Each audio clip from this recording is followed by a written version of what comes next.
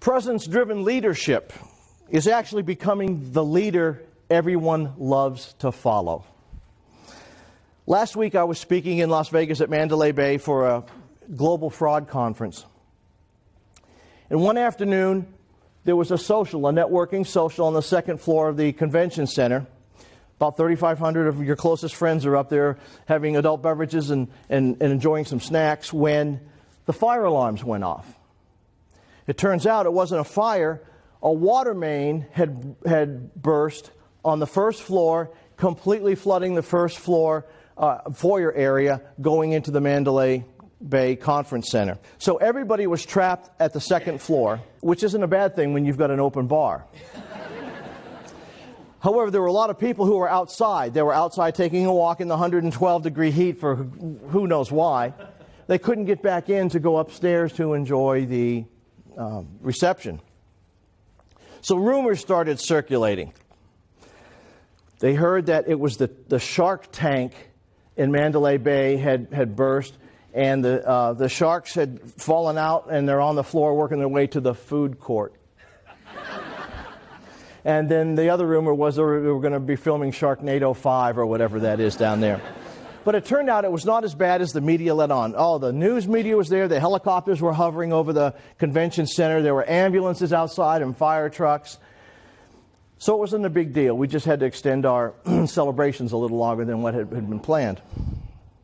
But the next morning, as we're walking back from the hotel over to the convention center, we noticed rather than the pathway that we had to walk being lined with security guards, MGM sent over its entire C-suite of executives and staff to greet people. Good morning. We're sorry about this inconvenience. They shook hands with just about everybody that came through the pathway because the closest escalator was blocked. We had to walk another quarter of a mile to the next escalator to get up to the other floors. But I thought that was really impressive that they took the presence of leadership and brought the C-suite out and their staff to greet people that morning.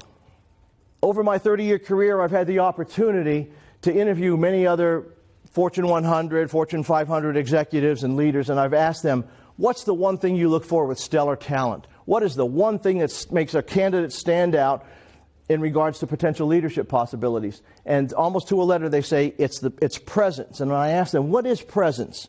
And they tell me, well, presence is a feeling you get when you observe how someone interacts with other people and environments and incidents and occasions. It's a je ne sais quoi, as the French say. It's something special that almost defies empirical assignment. You can't measure it. It's something that somebody has. Now, is presence innate?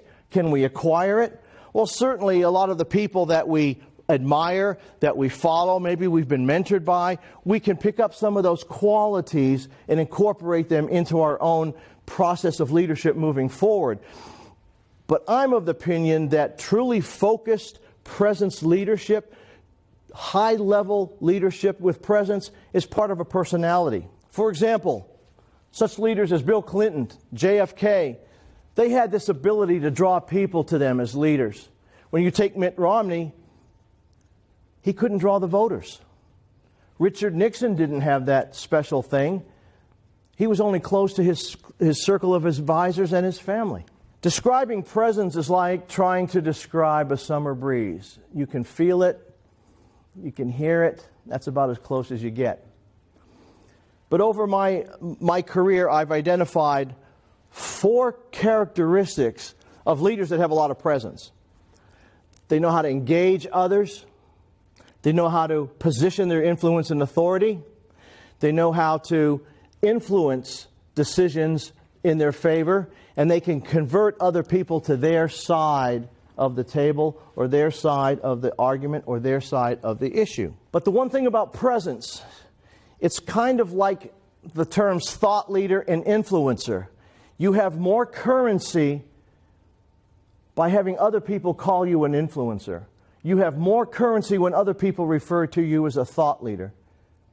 And when other people refer to you as having presence, that really builds your bank account more than you calling yourself someone with presence or being an influencer. Let me give you some examples of how this engaged position, influence, convert works. Your experience may get you the job interview, but it's your presence that gets you the job. Your presence allows you to successfully and effectively engage with decision makers. Your presence helps you position that branded value and expertise with decision makers or those that you're doing business with. Could be subordinates, could be other executives.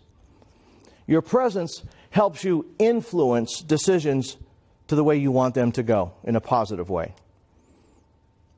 And that all leads to converting those people to your side of the table.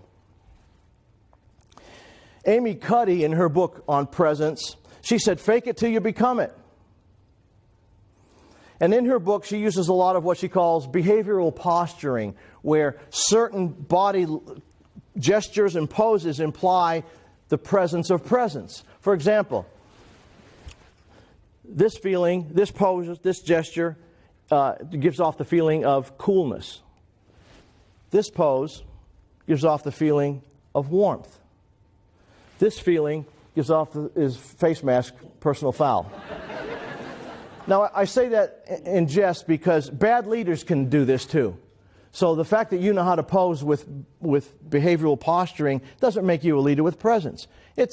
There's validity and value in understanding those power poses, but you can't lead a cavalry charge if you think you look funny on a horse. You have to know and believe you have that presence in you. We could probably use the term charisma to capture maybe what presence is to a certain degree. But charisma is also part of that emotional intelligence that strong leaders will also embrace and also have. Charisma allows you to place your position, to put your thoughts or your beliefs in front of other people and maybe convert them to your side of the argument. But it allows you to do so by making those people also feel like the most important people in the room. And nothing feels better than making someone else feel validated and acknowledged and interesting. Presence really is influential and persuasive intelligence because pretty much that's the way it manifests itself. There is no, here's 10 things to do to build presence. There's no top 10 checklist. Presence is more like your shadow than a suit you put on or take off at the end of the day. It's always with you. Presence will always be with you when you're in the light or outside of the light. You'll feel the effect of presence-driven leadership. As a matter of fact, it'll feel like a nice, cool summer breeze when you implement it.